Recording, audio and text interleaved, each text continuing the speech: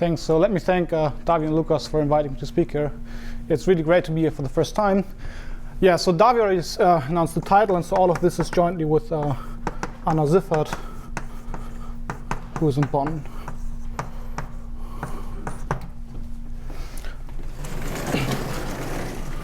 Okay, so the setting for today will be, so I was looking at closed three manifolds. That's a closed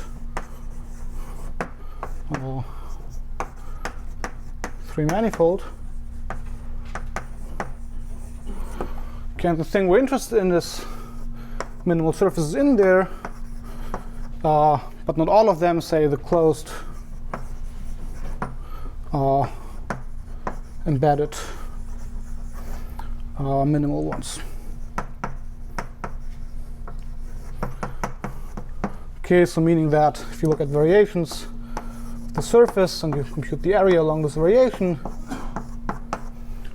which is just given by integrating the variation vector field against the mean curvature, that vanishes. So for all variations, sigma t.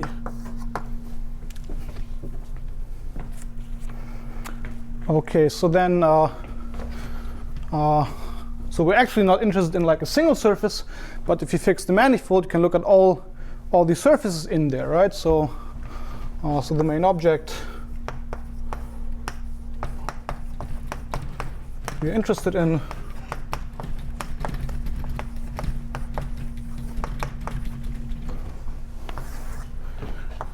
is, let's call this curly M. So it's all these surfaces in there, so it's not curly, which are closed embedded minimal, so which is closed embedded and minimal. And then if you see this space, this has very many natural subspaces, right? So I could just, instead of looking at all these minimal surfaces, I could restrict, make certain restrictions on the surface, like the genus or the area or the index or whatsoever. And subspaces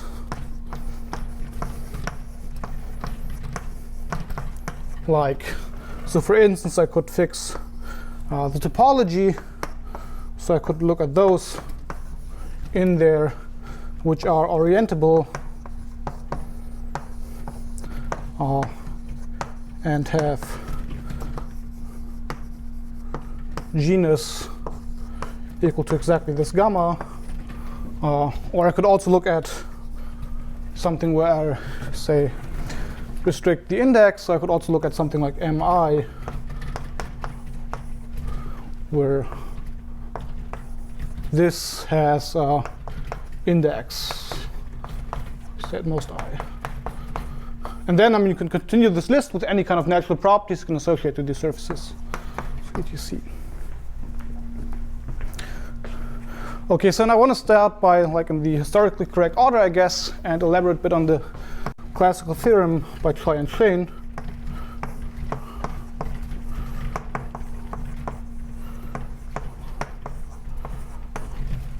Okay, so let me first write it down, then explain you why I want to talk about this. Okay, so we now assume M as before, but we assume positive Ricci be a closed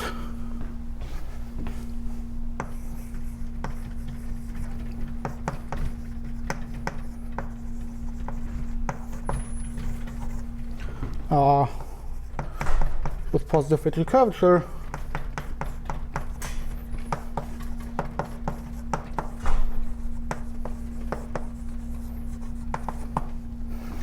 Okay, so then we can look at this space.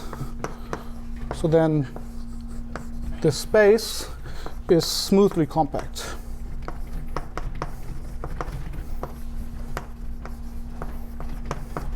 Okay, what do I exactly mean by this? Well, I mean that if you look at a surface in there, so you look at some sigma j, so a sequence in there, then of course up to subsequence,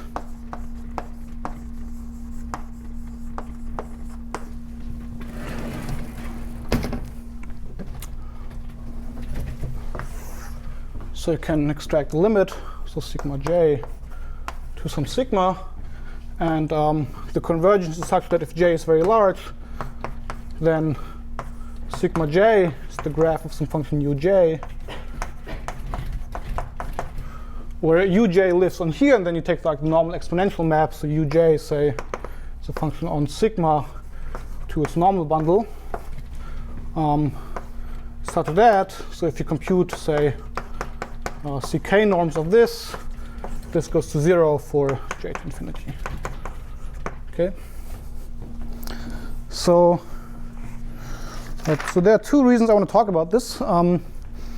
So first of all, there are some intermediate steps in the proof that I want to record, and I want to like put into context to some things later.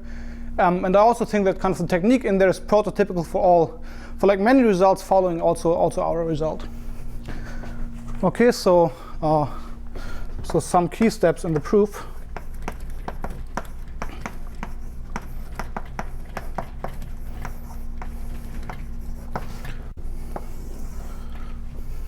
That also explain why positive Ricci is somewhat special for minimum surfaces.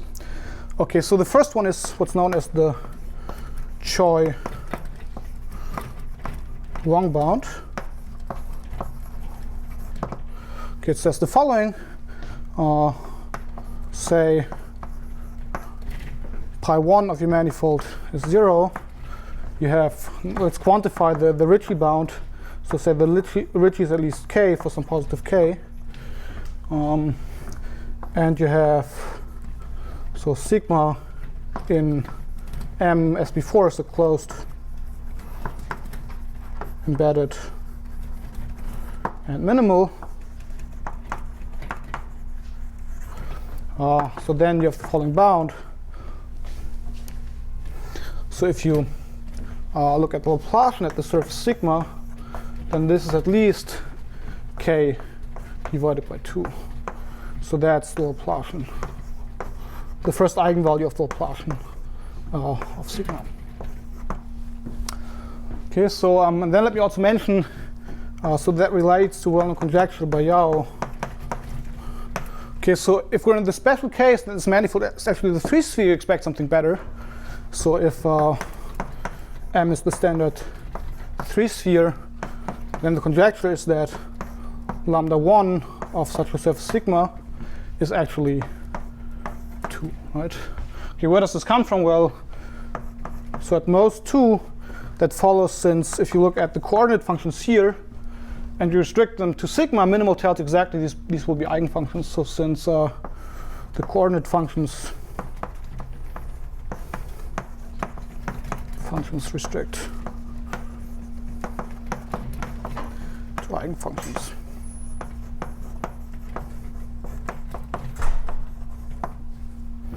Okay, and it also tells you that in some sense this result is sharp, right? I mean, it's bounded from below by a constant that's somewhat the best you can expect. Okay, so let me say one word about proof of this. So it uses the Schoen-Yau bound. So it uses in some sense a Bochner technique.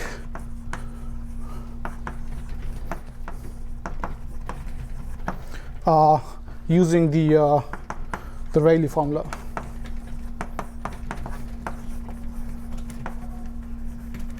Let me write down once. It's kind of lengthy, so of course you don't remember it. Okay, so it says the following thing. If you look at omega, which is some domain, Laplacian of a function f squared minus d squared f squared,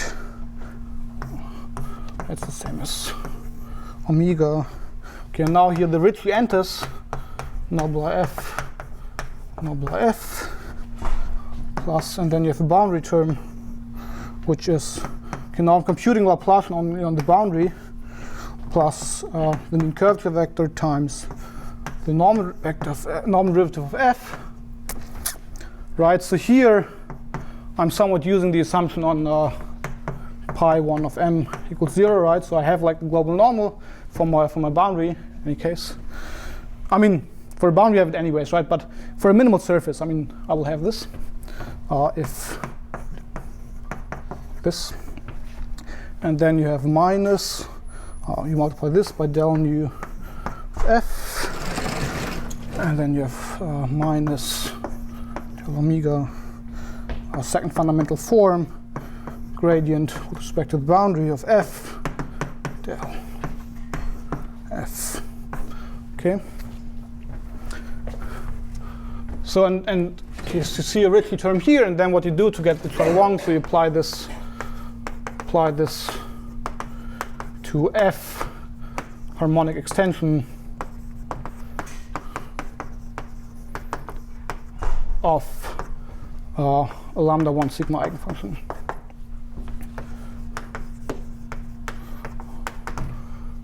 Right, so the Ricci comes in here kind of in the classical way by Bochner formula. Okay, so then there is the second ingredient, which is kind of the thing I want to emphasize most, I guess, because it's kind of strange that it comes in here, at least that's what I think. So it's the Yang-Yau bound.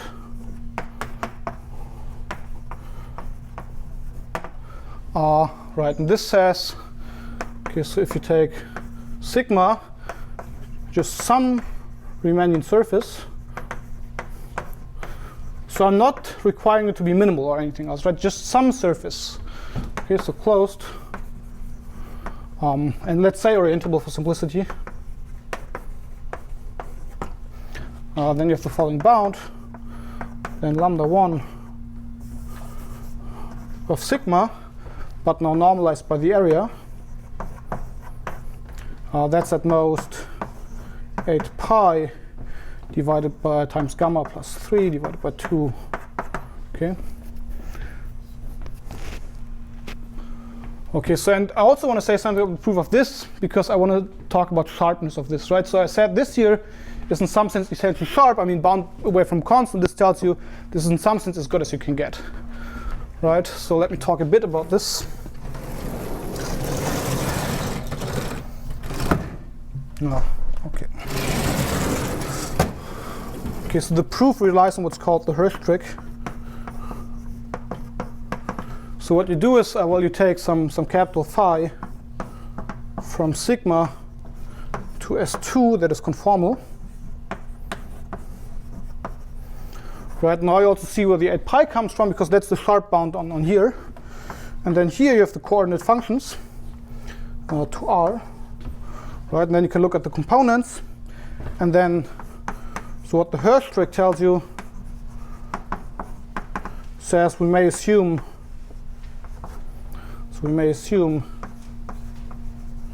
that these are actually good as test functions. So we may assume that if you look at these components, so if you look at xi opposed with phi integrated over sigma, this is 0. Right, and then you can just use these as test functions for the first eigenvalue, and you will get this. And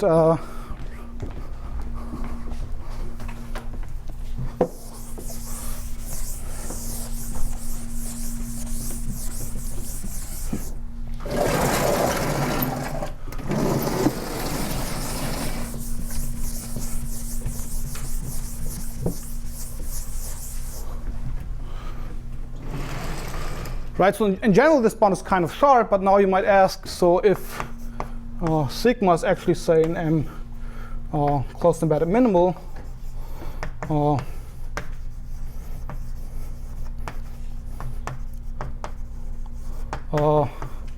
so at least the proof, maybe the result not, is kind of unclear to me at least. So this seems unlikely to be sharp.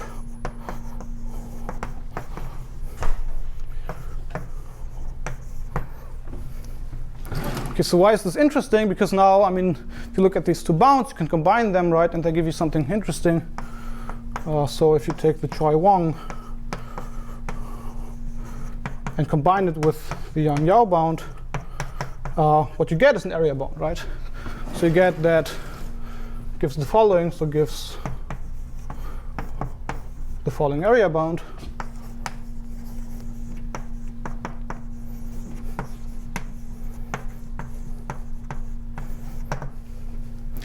Well, I get that. Okay, so if you have sigma and M as before closed, embedded, and minimal, Ricci of M positive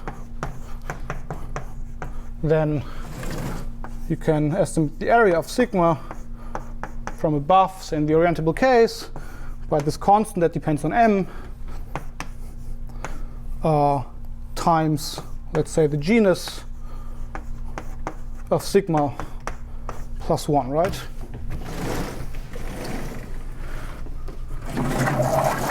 But now a question you might ask is, okay, well, this Yang-Yau bound might not be sharp in this situation.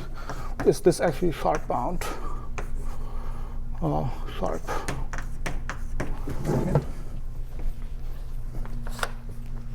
Okay. Right, so these were kind of the first two parts I wanted to emphasize a bit more exactly because I want to talk about this question. Then let me kind of skip about the next part a little bit more. Then what you would use is then by Gauss-Bonnet, this gives a bound for the total curvature, so this gives total curvature bound.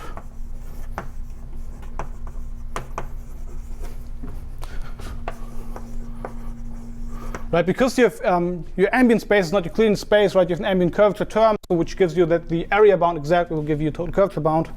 So of the type again, so sigma a squared is at most the constant times the genus of sigma plus 1.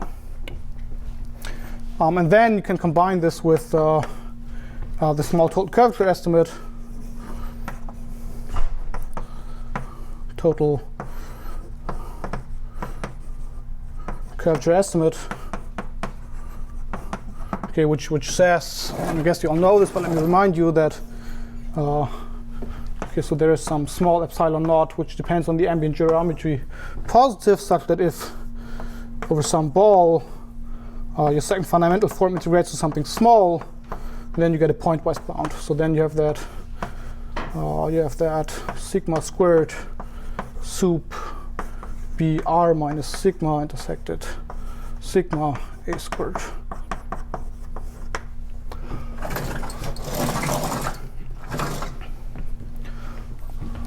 Okay, so I'm sorry if you've seen this 1,000 times, but maybe you have not, and then it's maybe worth talking about it.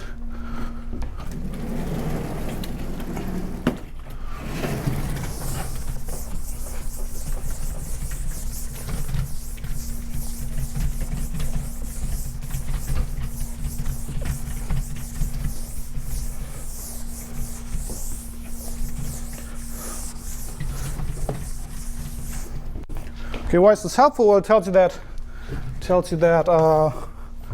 that essentially you can take, so it's maybe in step 6, that you can take your sequence sigma j, leads up to subsequence, to some sigma, smoothly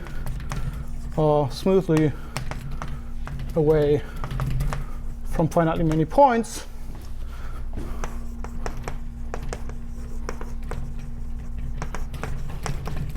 plus sigma has removable singularities in these points.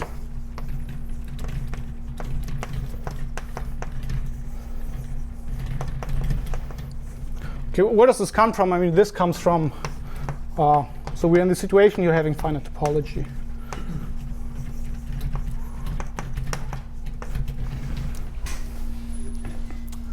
Okay, so, and then, right, there's the step I want to elaborate a bit more again on, is that, so still you might not have the right thing, right? I mean, you might still have something like converging with multiplicity 2, like an orientation cover collapsing to something is ruling this out. So, so that's by Allard,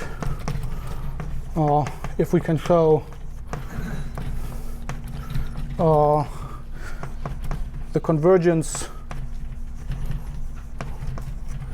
is with multiplicity 1,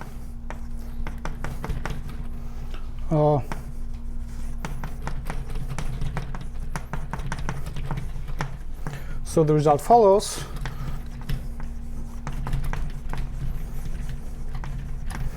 Okay, and now there are two options, and I want to explain how to get this. So I want to explain both briefly. So option 1 is what's the approach taken in the paper by Chow and Shane. So you could do the following. So if not, so what's the picture you get? So you have your limiting surface sigma, and maybe here you have a point of bad convergence. I mean, potentially bad convergence. So that's a point of potentially bad convergence.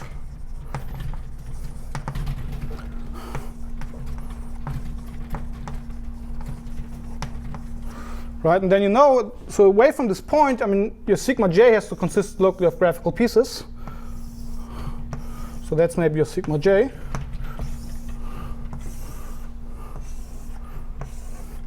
And then it somehow has to connect in here. So maybe by like tiny neck pinches. Right? I mean, like. Okay, and so what you can do in this situation, well, so you have this tiny ball here, right? And I'll just write down a test function, which is say, on this top sheet here, it's +1. So let me use maybe. So here, you just take +1. And then you take down here, you take -1. And in this red region here, now I have to connect them somehow. What you do is you use log cutoff trick. Log cutoff.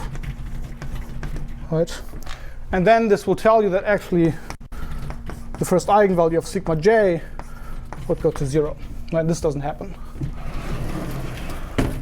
Okay, so there's a second option how to get this, which extends to more general context, and I also want to explain this. So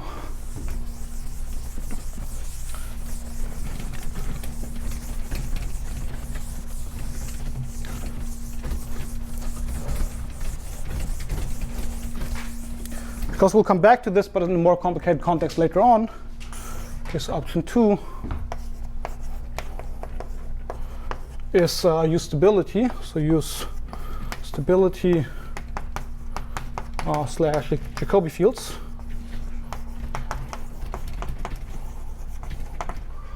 Okay, so what could you do? Well, so first of all, stability is what? So write down the second variation formula, and you will also see positive Ricci again. So if you compute the second variation along, the second derivative along a variation of sigma t of the area, you'll get now by u squared sigma minus a squared plus Ricci in the normal direction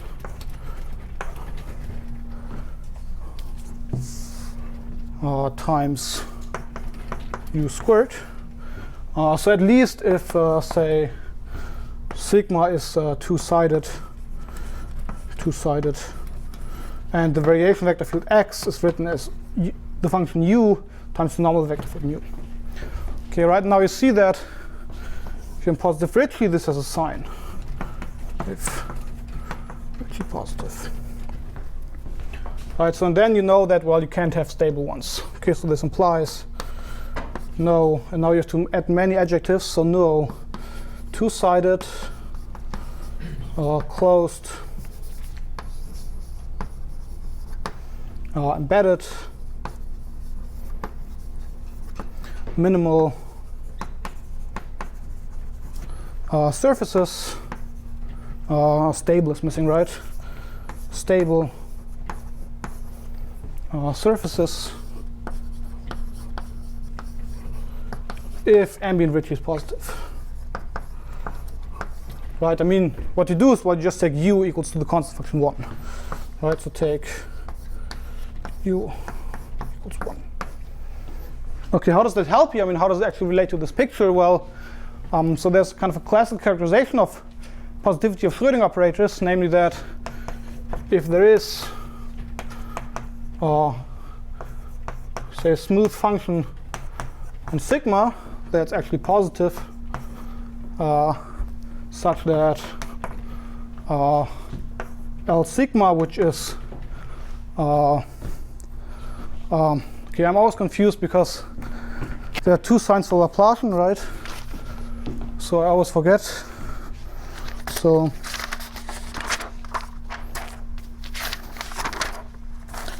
if Laplacian, okay, so that's now the negative Laplacian plus a squared plus Ricci nu. So if this applied to the function u 0, in other words, Jacobi field, i.e. So the vector field u times nu is a Jacobi field, is a positive Jacobi field.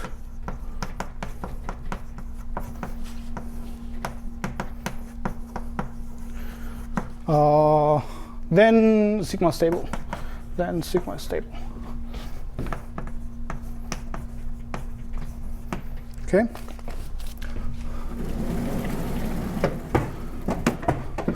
Okay, now you can go back to this picture and can construct a positive Jacobi field. It actually turns out to be more work because then you have to remove singularities. But on the other hand, it extends to more contexts. Okay, so let me write this down. So,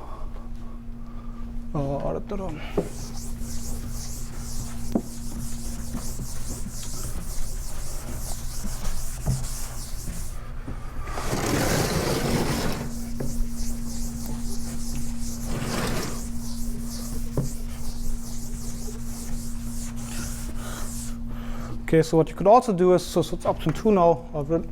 Okay, so you could, let me draw the picture again. At this point, you have your surface sigma, and then maybe you have 2 sheets of sigma j again. Let's use the same colors. So you have like a top sheet here, here, then you have a bottom sheet here, right? And then what you can do is, well, you can look at this difference, right? Let's call this Vj. And then after rescaling,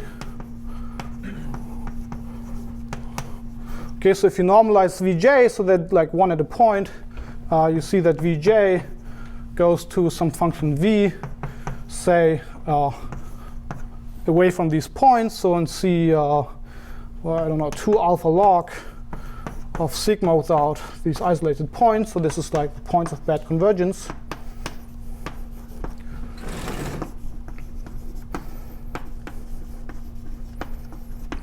Right, and because these are minimal surfaces, V will solve the linearized equation such that, so if you apply the stability operator V, that will be 0, right? But now sigma j is embedded, right? And sigma j embedded tells you that Vj is actually positive, and this will also imply that V is positive, right? So you're not quite there yet because, so V only lives on here, right? So you have to show, and that's actually some work, but not too hard, show that the singularities of V can be removed.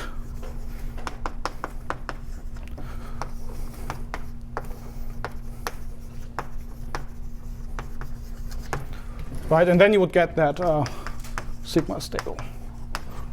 Right. Okay, so I guess you see 2 things. Well, maybe at the first hand, this one here is easier. On the other hand, this generalizes to more situations. Okay, so it actually essentially gives you the following result due to Toby Colding and Bill Minicozzi.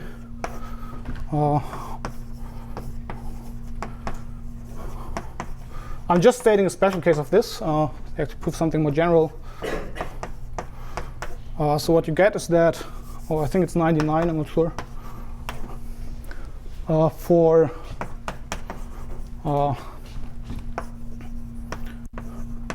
bumpy metrics of positive Ricci, if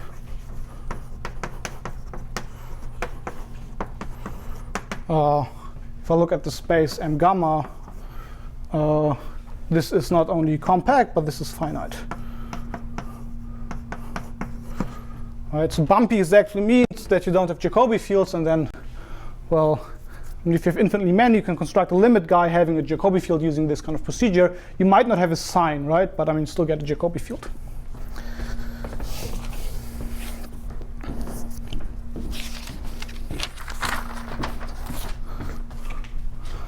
Okay.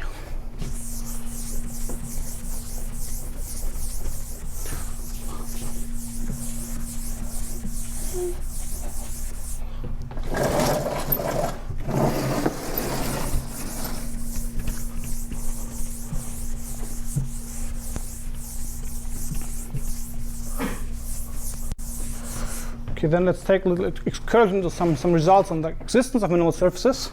So the question is, well, I mean, what about, or what can be said about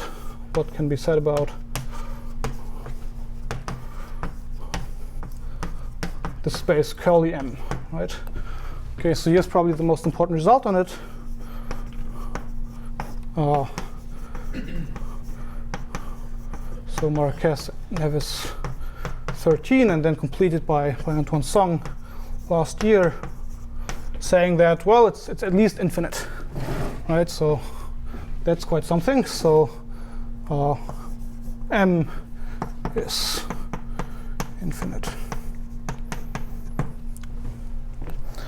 Right, now you could say, well, the story is over, right? So we have found infinitely many minimal hypersurfaces, and say if we restrict to positive Ricci, like the spaces where the genus is bound, that's not too interesting because it's smoothly compact.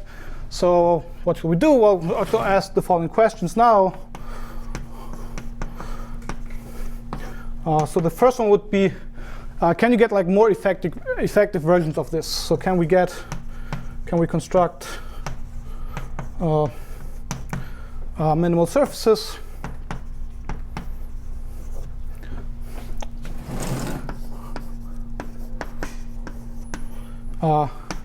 having certain properties?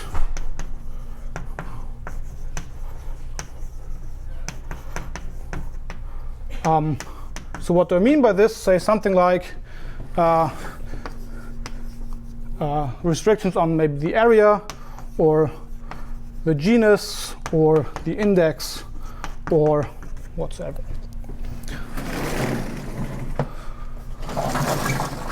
Okay, and the second one might be, well, say now you know you have infinitely many, you look at and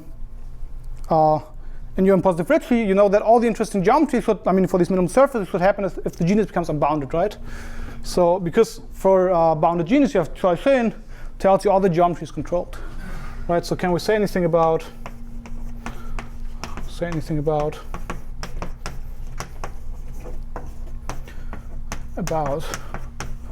the geometry? Okay, so this here is mainly asking in positive Ricci. Or maybe the generic case about the geometry of minimal surfaces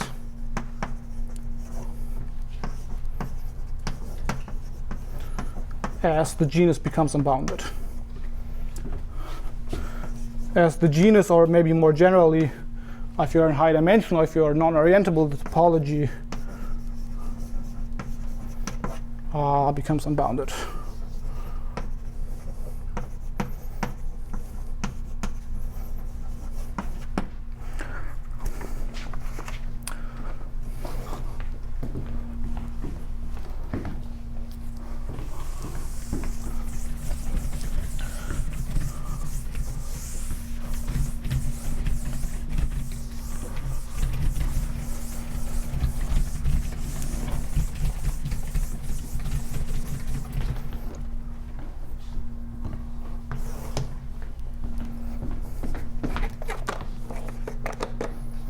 Okay, so let me give you some answers to these questions. So there's this work by Otto Schodesch and Christos Mantoulides on the Alenkane equation.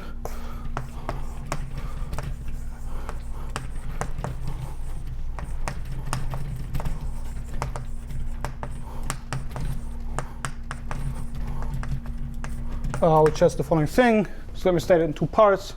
So the first part is that so I'm not stating all of what they have proved, but only like some particular cases.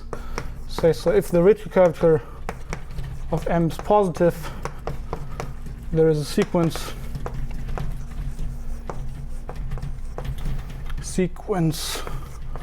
sigma p of closed embedded minimal R, right? So this is in ambient dimension 3 of closed embedded minimal surfaces such that you get like a very satisfying answer to this question for, say, genus and area, such that so the area of this sigma p that grows like p to the 1/3, and the genus is linear in p.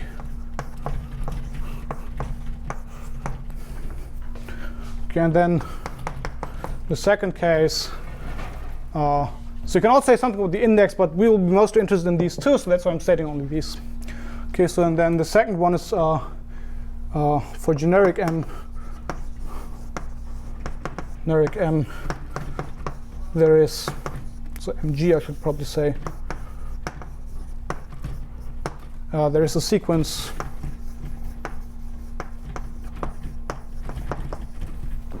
sigma j, again, of closed embedded minimal hypersurfaces.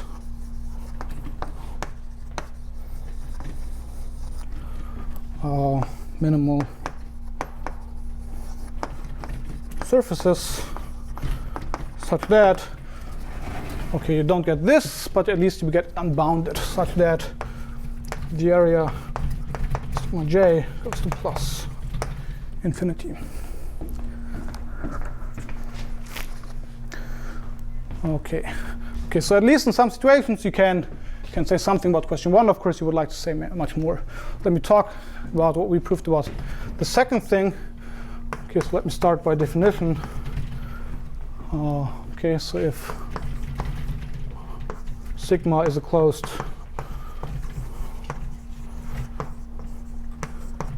surface, its systole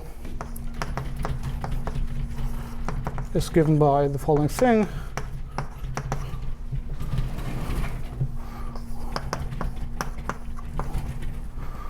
Okay, so I'm looking at the lengths of curves in sigma, but only those curves that are non-contractible. So closed curves in sigma seem to be non-contractible.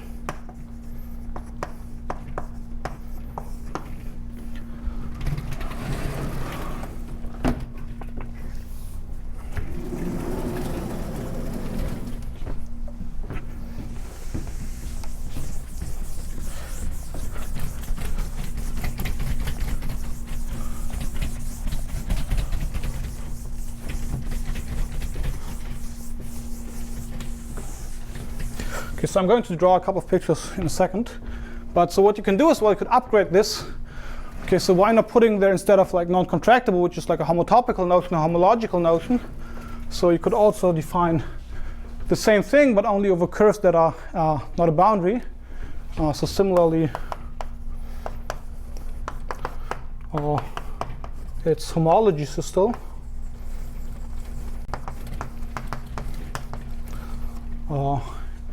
is given by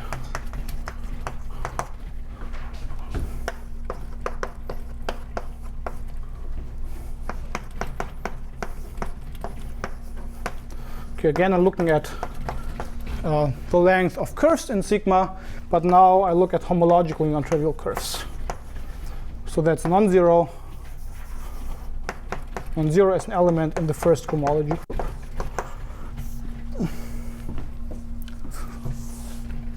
In Z-mod 2. Okay, so what's the advantage of this? Well, you can upgrade it. So here I use a single curve, but well, I could look at subspaces here of rank k, right? I mean, I would have trouble trying to do this there. So more generally, it's kth homology systole.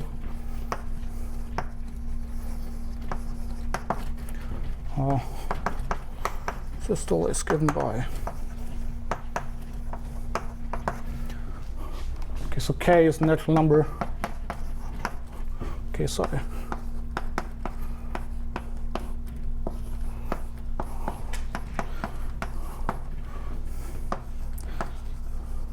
Okay, now instead of looking at a single curve, I might look at multiple curves, namely at k curves. Then you look at the length of ci. Okay, and now, of course, I mean, you could say, well, if once you found one, you could just iterate. Of course, you don't want this. So you want that if you look at the span of these curves in the cohomology, so this is supposed to have rank k. So this has rank k. Okay, so here are some pictures.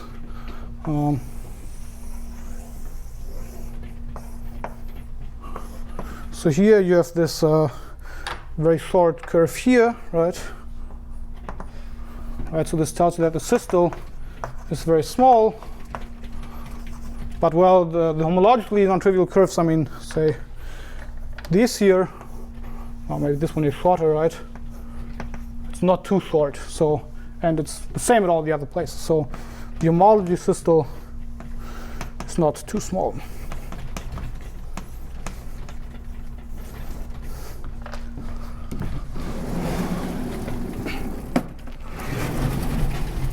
Oh.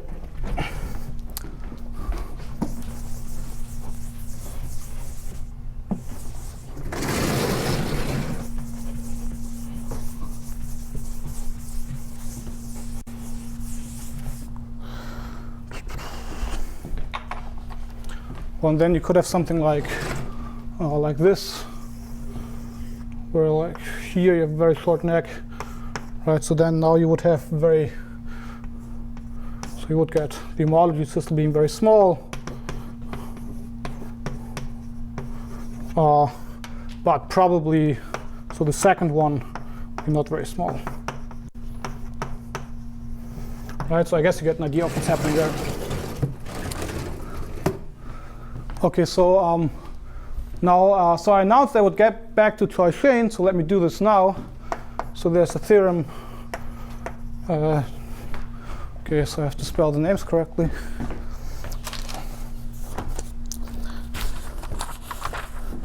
It's due to Balashov, Parlier, and Saboureau.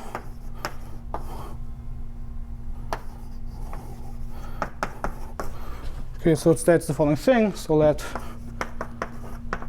eta from n to n be a function such that, okay, I'll look at something called lambda, which is the sup of gamma, eta of gamma divided by gamma. Suppose this is strictly less than 1. So typically you should think of something like that's just the integer part of, say, gamma divided by 2 or so. Right? Okay. I'll move it up in a second. So, yeah, no, I'll write on this board here. Well, I guess I can erase this.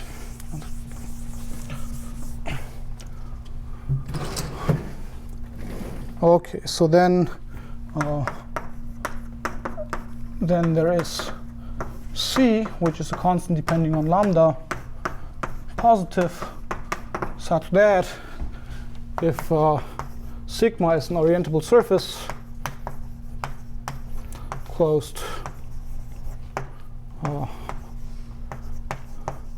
surface of genus gamma,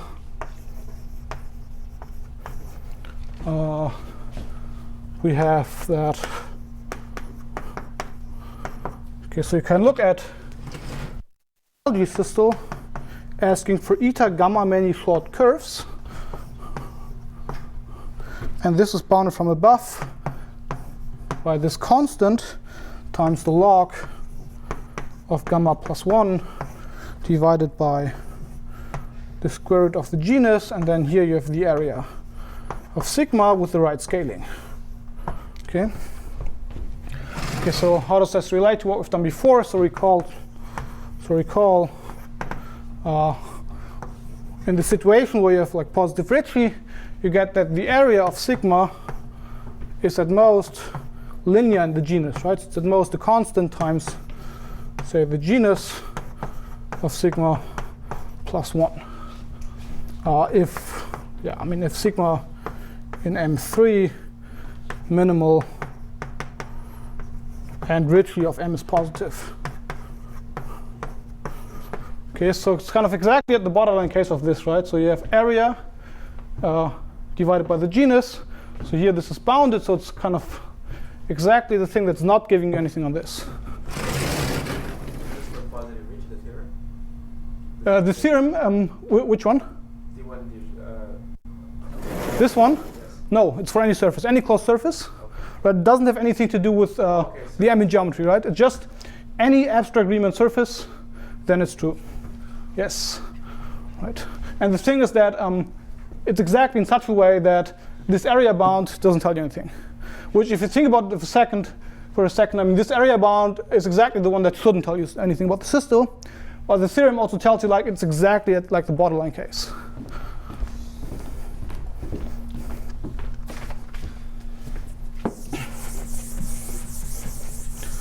Sorry, did you say Riemann surface? Sorry? Do you say Riemann surface? Yes. Okay. Riemannian. So it's not like Yeah, Riemannian. I mean, there should be metric, right? I have to measure lengths. So, yeah. I mean, put a metric on there, then this is true. That's what I'm saying. Okay, but it doesn't rely on, I mean, like the Yang-Yau, so it doesn't rely on sigma being minimal in some ambient manifold or whatever. It just relies on being this abstract Riemann surface.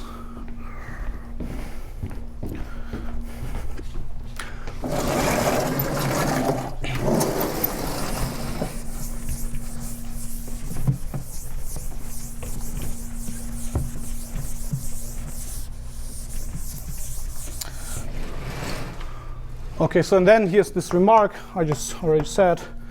So if for some alpha, which is between 0 and 1, we have exactly the bound that is a bit better, so like area of sigma, at most a constant, times, say, the genus of sigma to the alpha, say at least for genus large.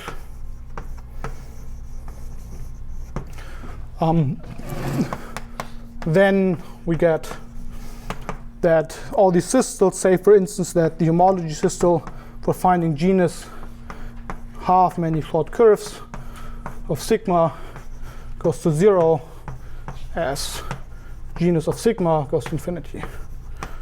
All right, but it's exactly kind of, okay, we're here, right? So we're not there, so we're there.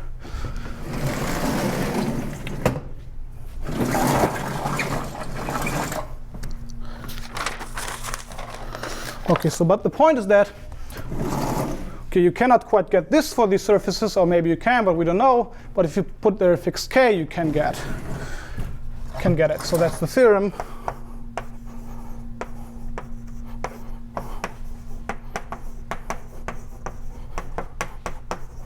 Right, and also, I mean, an interesting feature of the proof, I think, is that, so it's not only that this bound is kind of at the borderline thing of not giving it you, but we will also use this in the proof, I mean, this bound.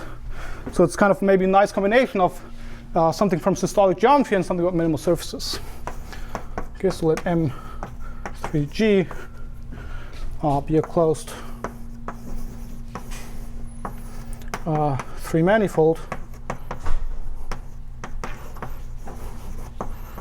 with positive Ricci curvature.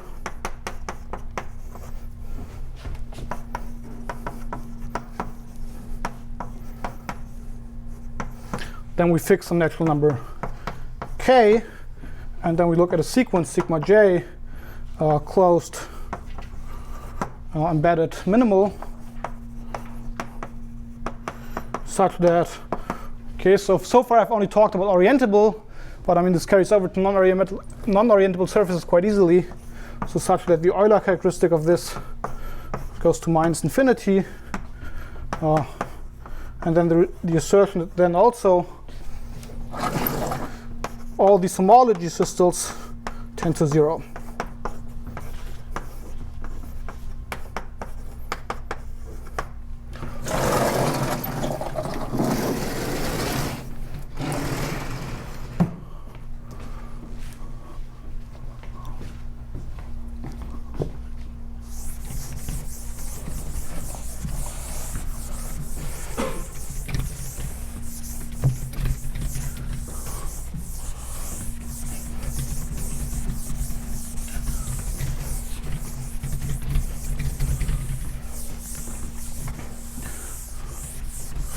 Okay, so maybe I give you, so if you see this, you might wonder, okay, I mean, what about the assumption of positive Ricci? Do you actually need it? The answer is I don't know, but at least you need something. So maybe I give you that example, and then we have to break. So here's the example. Okay, so I could look at M, which is just an orientable surface times a circle. So sigma gamma, that's orientable of genus at least 2.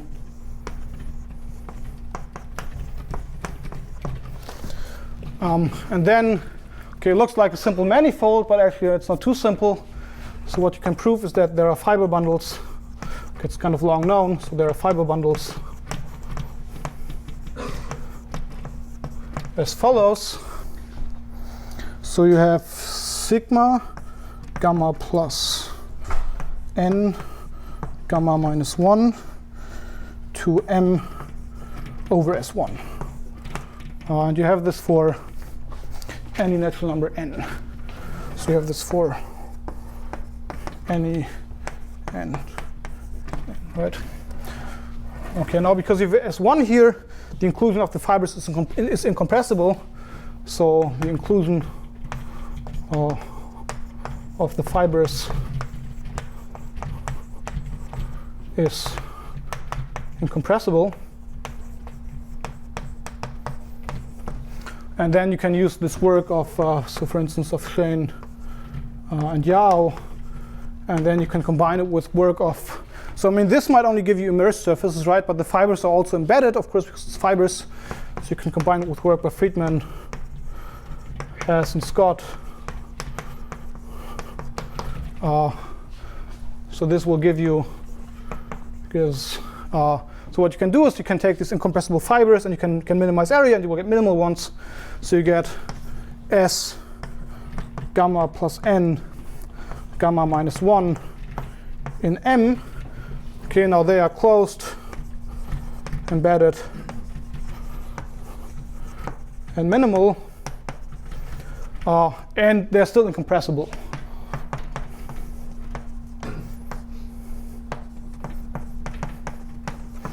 Right, and incompressible, well, okay, what's of course the consequence? Well, the consequence of this is that if you look at the systole of these surfaces, so of S gamma plus n gamma minus 1, then this is at least the systole of M, which is something positive, right? But of course the genus tends to infinity, so it does not work for this ambient manifold. So then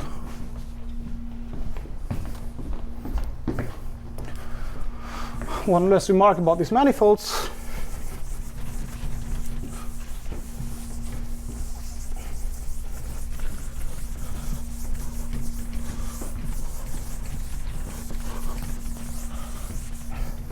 So of course, remark, Schoen-Yau tells you that M admits no PSC metric, admits no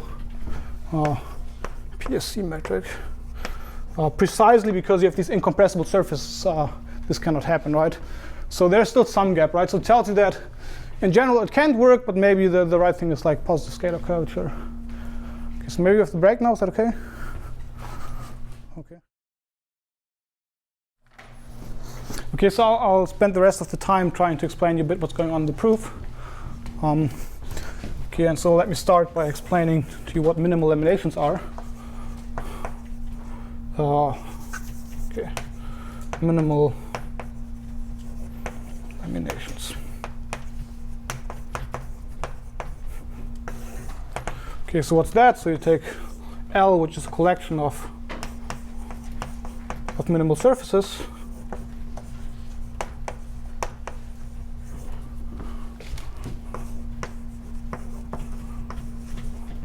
in M.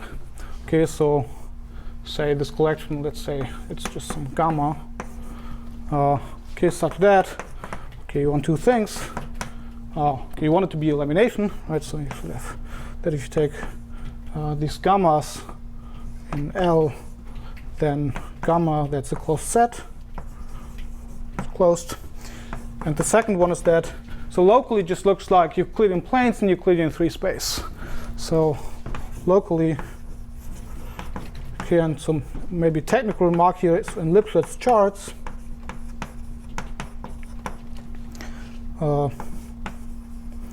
Charts L is given as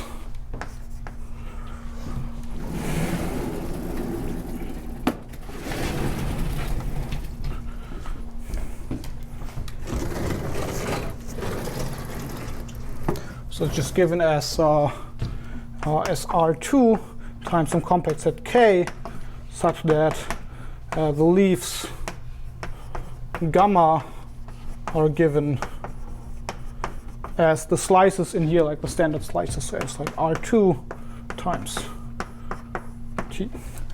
Okay, so why is this a useful notion? Because of the following thing. So given sigma j, a sequence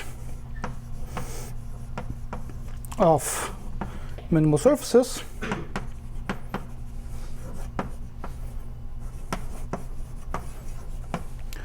okay, you can look at the following thing, curly S for singular set.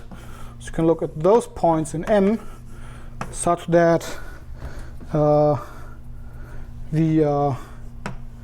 always confused about, so I have to take the soup over J. I have to take the soup over B, Z, delta, intersected sigma J of second fundamental form squared, and then I take the inf over positive delta.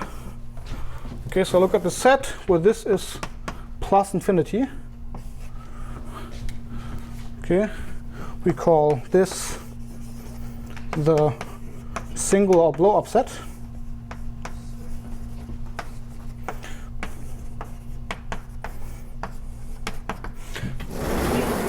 Okay, so I'm stating this in a very suboptimal way, right? Because it might happen that if you have the sequence, you might go to subsequence such that S becomes smaller and so on, right? But let's just not care about this right now. Okay, so then, so what the elliptic machinery tells you is that in M without the singular set, we can pass to a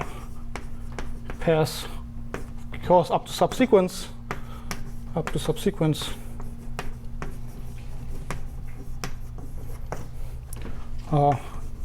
to a limit so sigma j to some L. Okay, now this convergence is in, say, C0 alpha log of M without S. Okay, and this here is a minimal elimination.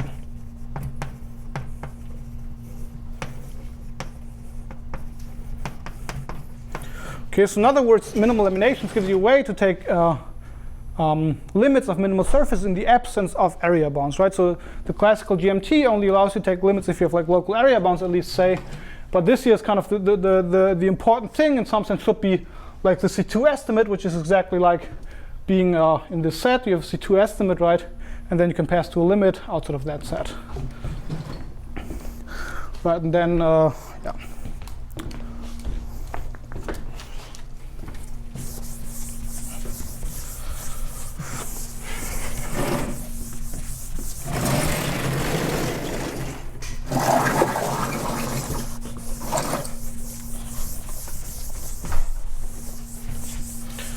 Let me give you some examples.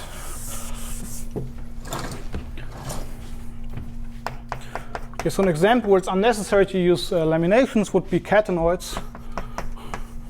So catenoids.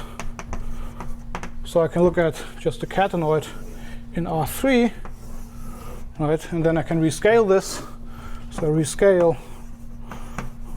and I see more and more like a multiplicity 2 plane, right? So. Right, so I see that sigma j goes to just the elimination given by r squared without 0, and the singular set is just the point 0.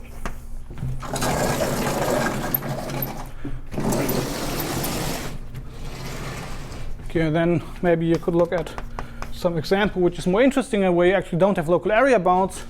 There, the basic example is helicoids. Okay, which I cannot draw appropriately, but let me try to draw at least half of it. So you have like a spiral, and then it becomes flat, rather flat relatively quickly. Okay, it's just a schematic drawing. Okay, and then of course now this doesn't close up to to a surface without boundaries, so you have to do the exact same thing, like spiraling in the other direction. Okay, and I can also rescale this, and I will see like this thing happening only near the z-axis, and then these kind of rather flat pieces outside.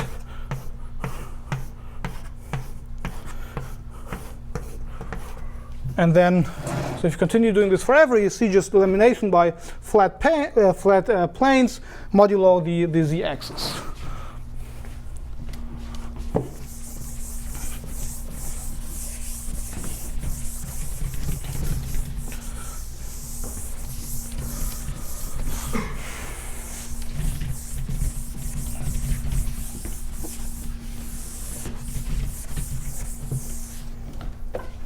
Okay, so then it limits to just like the z-axis. Let's use maybe color for that. So the z-axis, the curvature blows up, and then you just see planes orthogonal to it. Right, so your elimination L, that's this minus the point 0. So these are the leaves, then times R, right, and then the singular set, that's the z-axis. Okay, so these are kind of nice examples. You have a very clear picture of what's happening, but it can get way worse. So there's an example due to Kolding and Minicozzi, which is as follows. So you have sigma j in the unit ball in R3, minimal disks that are properly embedded, meaning the boundary of this isn't the boundary of the ball. And you have sigma j to some L. Okay, let me try to give you an idea how this L looks like. Okay, so this is the unit ball. Okay, and then you have 3 leaves, so this is 0. So you have 1 leaf, which is kind of nice. So that's called the sigma 0. That's just the 2-dimensional ball without 0. And then you have 2 leaves that look way worse. So they look something like, yeah.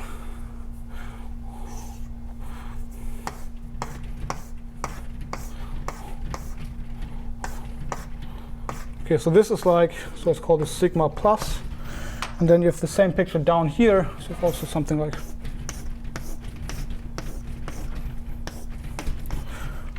it's called the sigma minus. Okay, and sigma plus minus, these accumulate.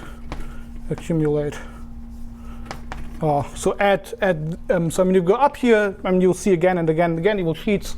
So these accumulate at sigma 0. Okay, and the blow up set here is a single point, so that's only 0.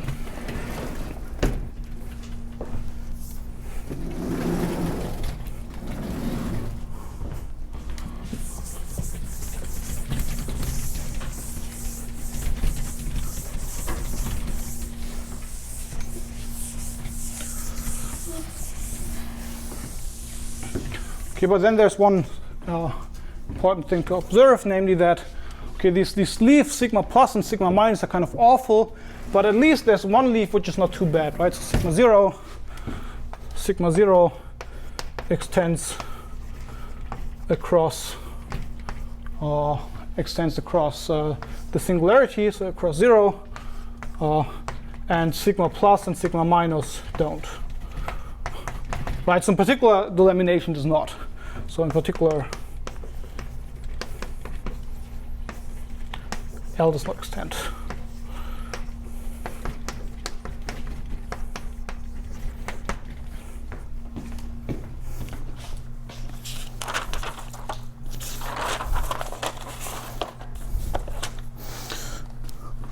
Okay, so then there's a deep theory by Kolding and Minicozzi that tells you that kind of it cannot get too much worse than this. Right, so there's this work by Kolding and Minicozzi.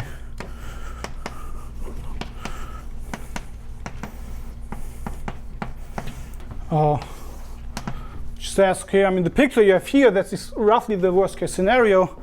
So if you have sigma j, which are, say, locally disks.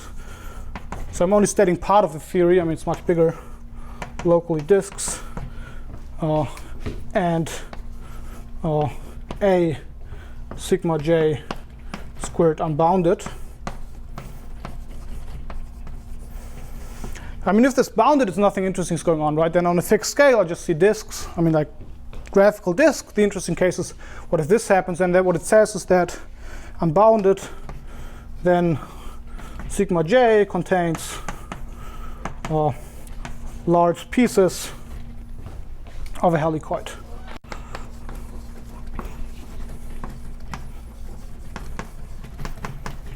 Right? This is also how this leaf here rises. So it's just kind of a helicoid that collapses into this leaf.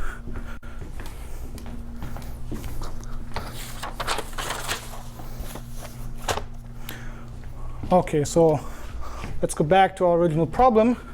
Okay, now, okay, so let's go back to the sequence sigma j in mg, where the Ricci curvature of M is actually positive. Okay. Okay, so let's start with something easy, but it's kind of the model case of all things happening later. But I mean, this case is really the easy case. Okay, so if the genus sigma j, or more generally the topology, if this goes to infinity, then also the curvature has to be unbounded somewhere. So then also sup sigma j, a sigma j squared, is unbounded. Okay, in other words, the singular set is non-empty.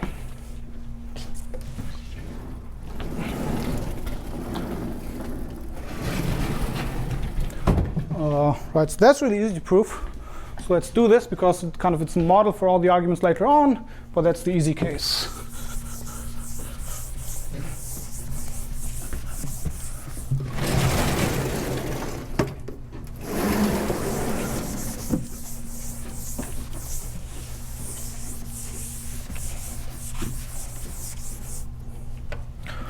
Okay, so what you get here is that, okay, so since the genus of sigma j goes to infinity, but so now I'm assuming that the curvature is bounded, but sup j a sigma j squared at most a constant, we need to have that the area is actually unbounded. So we need to have that the area of sigma j goes to positive. Right, so that's just an application of Gauss-Bonnet.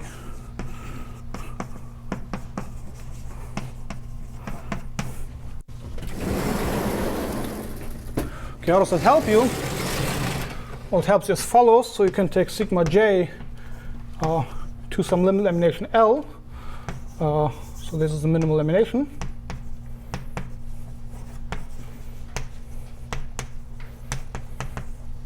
Right, but now all the area has to go somewhere. So, so what you will do is you find a leaf gamma of L such that you have the following picture. Okay, so that's your leaf gamma, right? And then because the area has to go somewhere, you find like many sheets of sigma j there.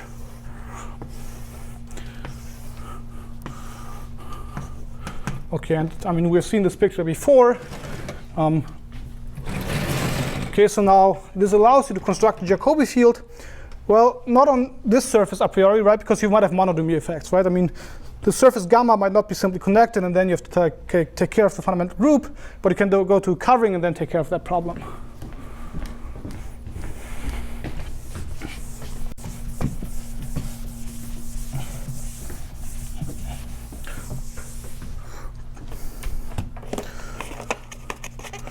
Okay, so let me say here, so I'm hiding something here, so up to taking care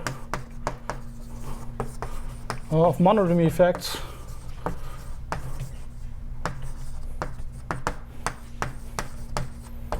So this gives a positive Jacobi field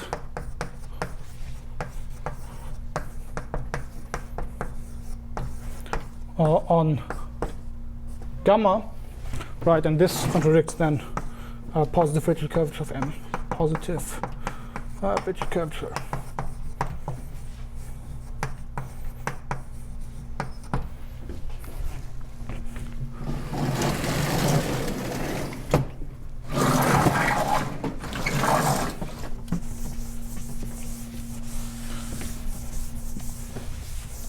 Okay, so that's the easy case, right? You have curvature bounds.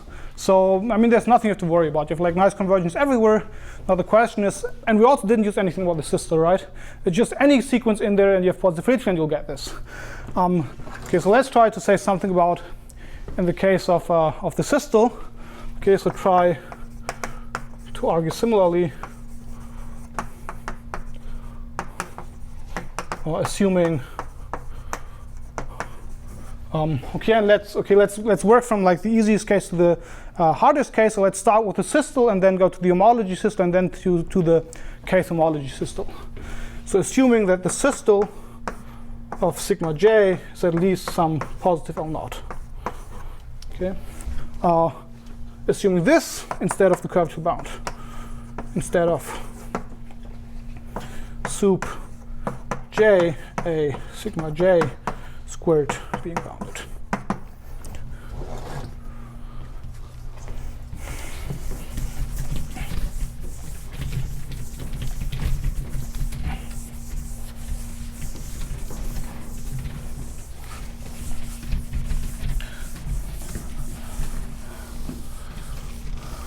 Okay, so let me tell you what the key ingredient is of that, why it's not obvious and how you prove it.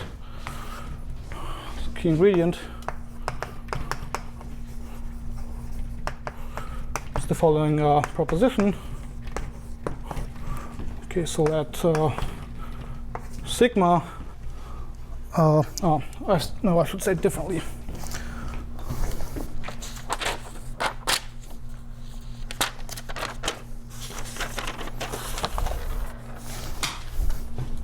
Okay, so that sigma in M be closed embedded minimal such that, okay, with this assumption on the systole,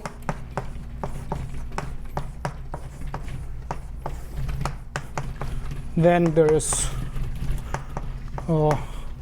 some R1 positive. Okay, and so let me emphasize this because I think it's interesting.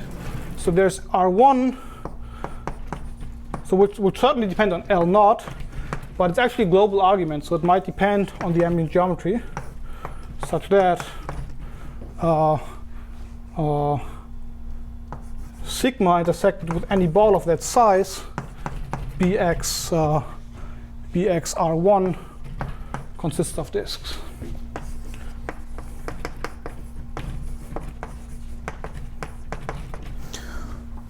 Okay, so why is that not obvious? Well, think of a surface like this. So think of maybe you have something like catenoidal neck, right? And here you have a short curve. But then it might only bound a disk once you move very far away, right? So maybe you see a disk here, right? But you have to move very far away to see that disk. That might just happen. Okay, so of course we have minimal surfaces. So there's something called monotonicity of topology.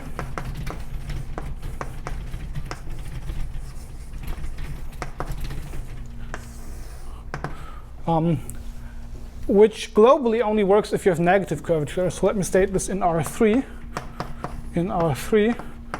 Okay, so if you have, say, if you have sigma in R3, a minimal disk,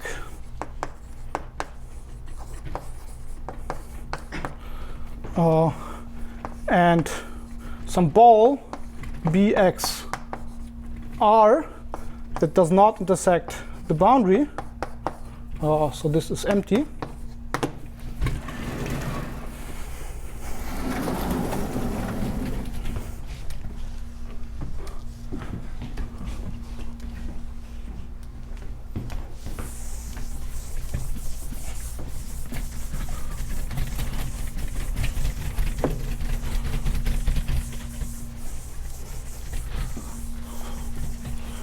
So then, okay, then this is also, so then if you intersect this with the surface, it's also disk. So then bxr intersected sigma, say it's not empty, is also a disk. Okay, where does this come from? Well, it comes from the following thing. So you can compute the Laplacian of sigma of the extrinsic distance function. Okay, and it turns out that this is strictly negative. Okay, and then this is just maximum principal for this function.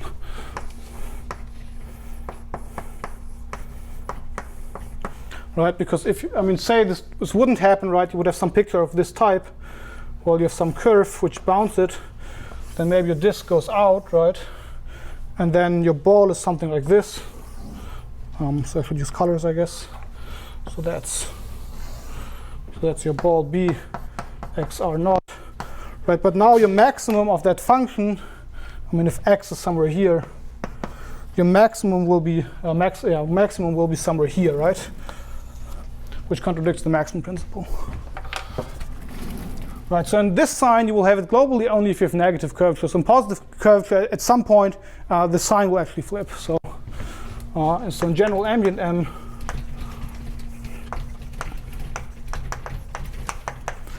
this works only locally.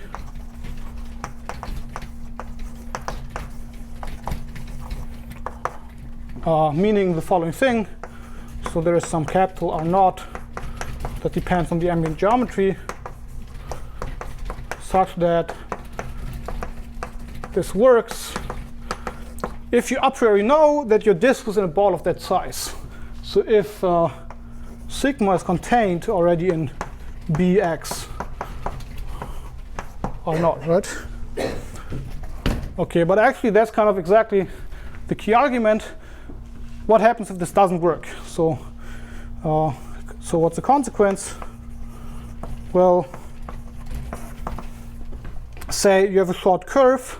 So if you know that sigma a minimal disk,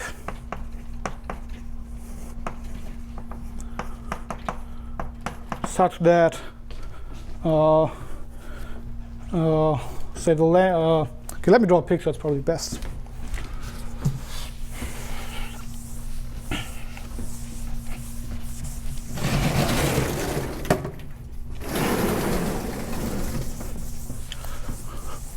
Okay, such that you have the following thing, such that, so you have the boundary in some small ball,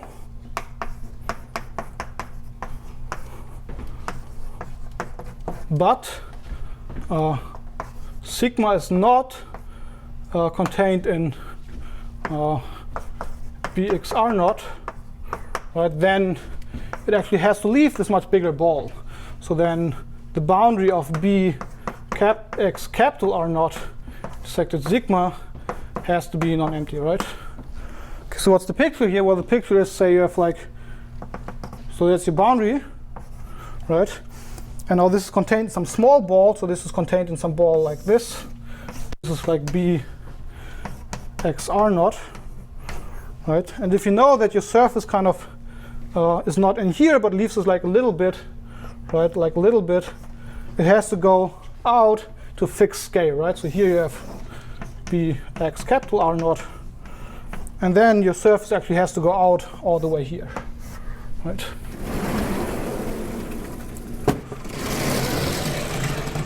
Okay, how is this actually useful? So let's go back to this thing here. So you can use it to prove the following. Say if sigma has a curve, has a short curve. Let's call it C, such that you have the following picture. Okay, so C is very short, right? Okay, because it's very short, it has to bound a disk, right? So you know here you have a disk. Okay, you have a disk. It's a disk since C is very short. Right, now let's assume that we're actually kind of in the bad case. So say D leaves B X some capital R naught. Okay, now the question is what's like happening for the rest of the surface. So what's happening down here? Okay, so what can we say? About, say, sigma prime, which is sigma without this disk D that has boundary this short curve C. So let's say, so this is your short curve C, and then here you have the disk D.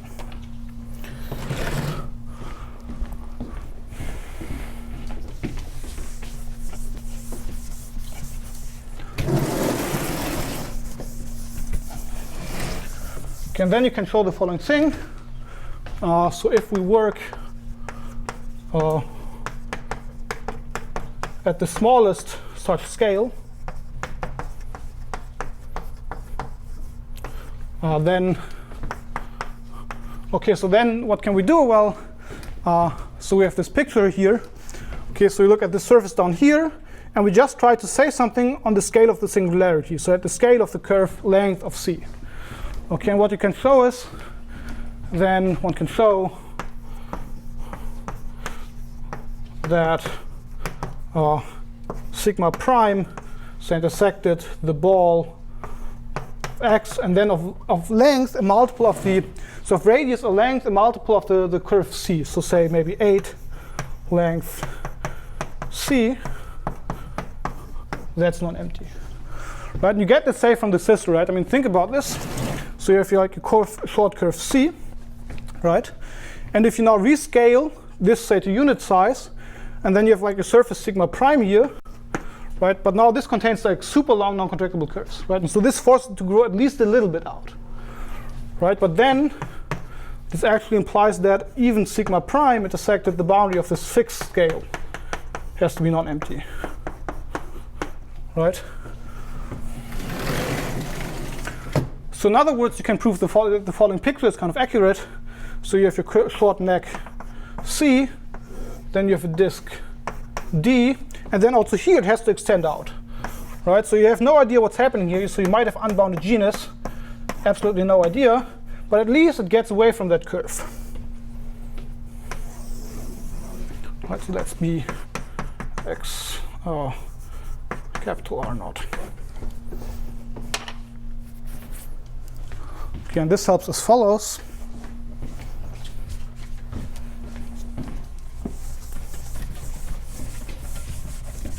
Right, and let me emphasize it again as long as it's here. So like the simple maximum principal argument allows you to like get from the scale of the singularity to a fixed ambient scale, right? Of course, you transport only very little information. You only transport the information that actually your surface has to do something here, but it turns out to be good enough for what we want to do.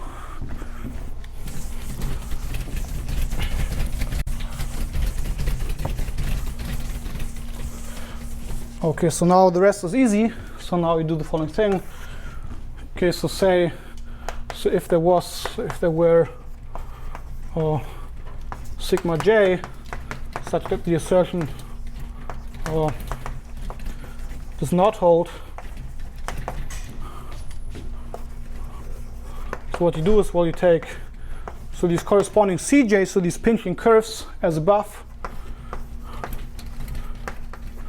Okay, so the picture will be something like some very tiny neck Cj, and then you take surfaces gamma j that minimize area having this boundary. Okay, so gamma j minimizes area such that, okay, you have to be a little bit careful, right? And of course there are two options. You could take like the component inside or the one outside, so you should take the one outside. So such that the boundary of this is Cj, and then what you can show is that, okay, I mean, of course now this thing I've drawn here, so I should have used different colors, tells you that, well, it has to go out here, right? So you have these points here. So this is now B, X or not.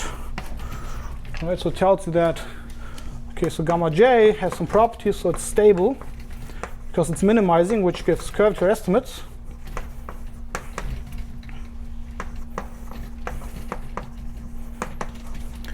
And it has these points outside here. So gamma j intersects del bx capital R naught non-trivially. Okay. Okay, now that's it, because then you take gamma j to some limit lamination L, right? So you have curvature estimates. Okay, so of course, only away from your curve Cj. Okay, you get this, but first of all, only in, say, M without the point x. Okay, so assume that Cj converges to x.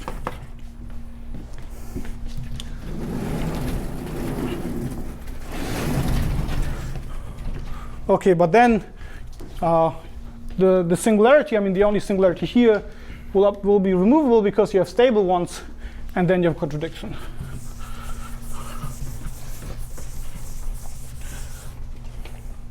Okay, so then since L has stable leaves, okay, so this is an argument. You find it in the paper by Schodos, Cadover, and Massimo.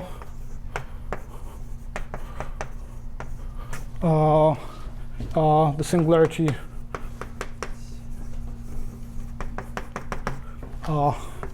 x is removable, and then this gives you a contradiction, right?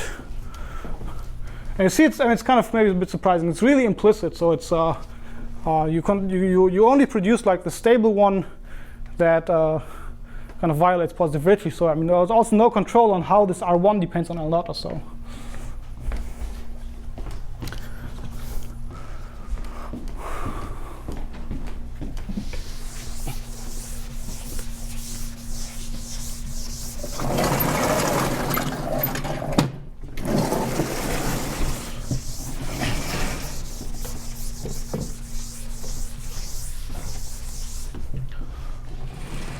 Okay, so and so once you have this, you will find, so given the proposition,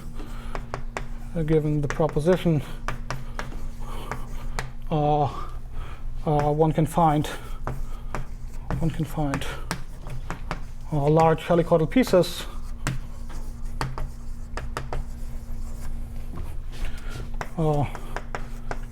in sigma j for j very large, that give a stable leaf in the limit, that give a stable leaf with removable singularities, with a stable leaf with removable singularities in the limit.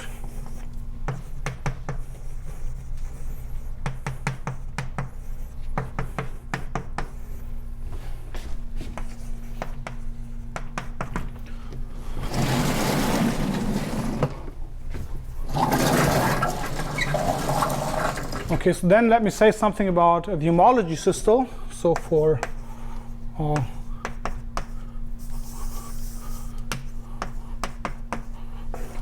okay, so there essentially you have to observe that nothing changes in the entire argument. Okay, so that's the same argument. Okay, why? Okay, so there's a single point where I kind of use that's the systole, namely that if you have a short curve Cj, so you have this curve C, which is very short, right?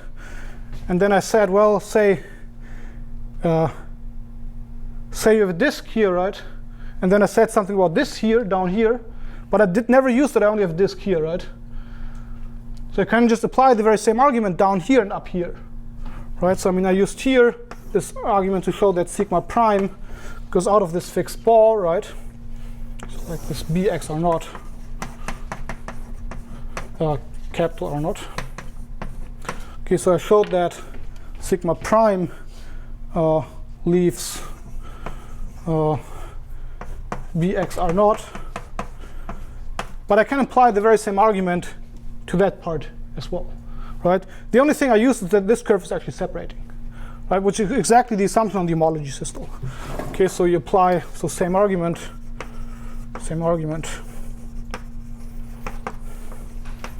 applied to other half. Which actually gives also some interesting statement, right? It tells you that if you're in positive Ricci and you have a bound only on the non-separating curves, you get a bound for for all the curves, right? That's what this is essentially telling you. Okay, so but then let me talk about the case of higher k, which involves quite some more work and also relies on the result on the systole that I presented earlier.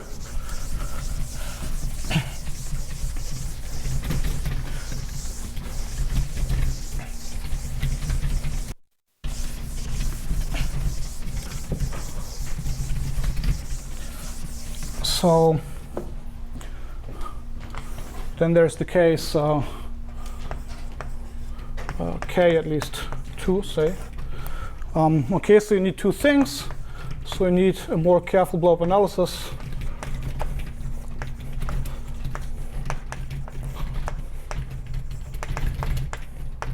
So that's the first thing, and the second thing is you also need to use use the result from systolic geometry I presented earlier, from systolic.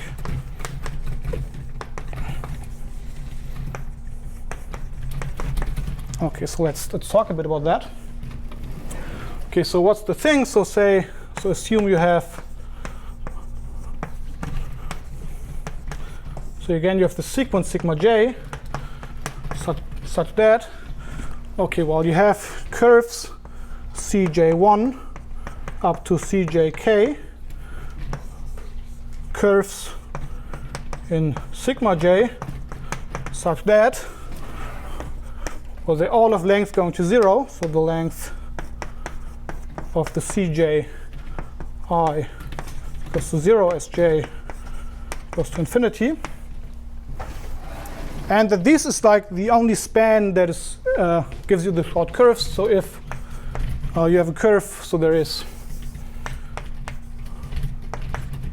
some L0 positive, such that if the length of some curve dj, say, is at most L0, then you get it in the span of these curves. So then, so the homology class of dj is in the span of the cji, cj1 up to cjk. And then, of course, these should be k-many. So the rank, well, this actually doesn't matter, but okay, so the rank of cj1 up to cjk is equal to k. Okay, and then, I mean, let's assume that the cji go to some xi and that they are contained, so cji is contained in b xi rj, where rj shrinks to 0.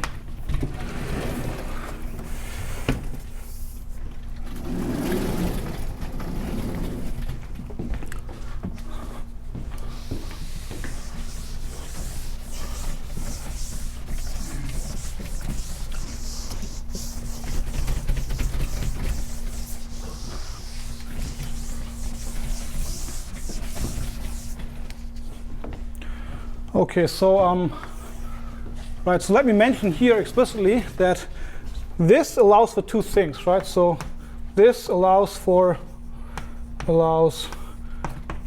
this to be 0, and that's actually what gives you most trouble. Okay, so let me tell you why the other case doesn't give you too much trouble. Okay, so here's again the key proposition. So it tells you, well, of course, I mean, you don't see disks if you're close to these points xi, right? But if you're away from it, you will. Okay, so for any let's call this R1 positive, there is R2 positive. That again will depend on the ambient geometry, such that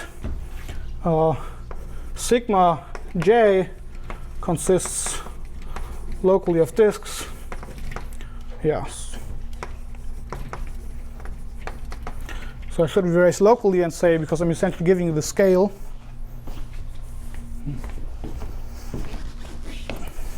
consists of disks. So on scale R2 in So once I remove the balls of this size, so if I remove the balls I equals 1 to k, b xi r1. Okay. Okay, so I mean, as I said, it's kind of a difficult case to actually this. Let me tell you why the other case is no problem. Okay, so say if there were dj with length of dj shrinking to 0, such that dj is homotopic, say, to some of the cj1, right? The picture would be something like this. So here you have cj1, and then maybe here you have your dj, right? And dj, so this is contained in this set, so m without I equals 1 to k bxi r1, right? I mean, if you see this picture, so this tells you they stay away from each other. So here you see a cylinder. Well, you could just repeat the same argument, right? So you minimize area with like this boundary, right? So I mean, like this gamma j that minimizes area subject to boundary cj1 union dj, right? But you need more work if actually your curve is separating, which might happen.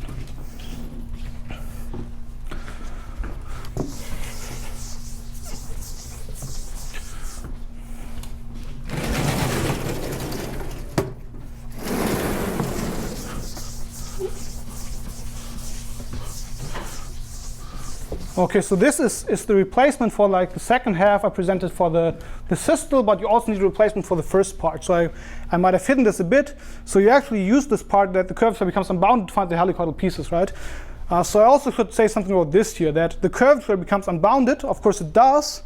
I mean, where these curves shrink, but I have to see that it's unbounded in here, right? And now I cannot just use Gauss-Bonnet anymore, because of course I know the curvature is blowing up here. So that might just eat up like all the total curvature. How could I know, right? But they're the points that you have this result in systolic geometry, right? So from the bound on the systole, so the kth homology of sigma j, we see that we need to have that the area of sigma j is unbounded, right? Otherwise, I mean, the homology systoles would all go to 0 anyways, right? So there would be no work to do. And then what you can simply do is, well, use the monotonicity formula. So use monotonicity formula.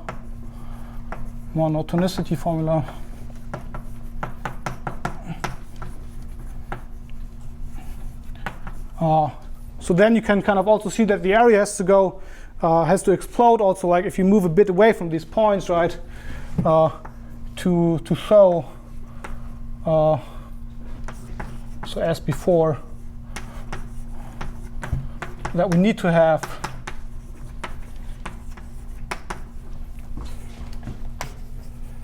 that. So if you look at sup of a sigma j squared, but now actually in m, so in sigma j, intersected m without these balls.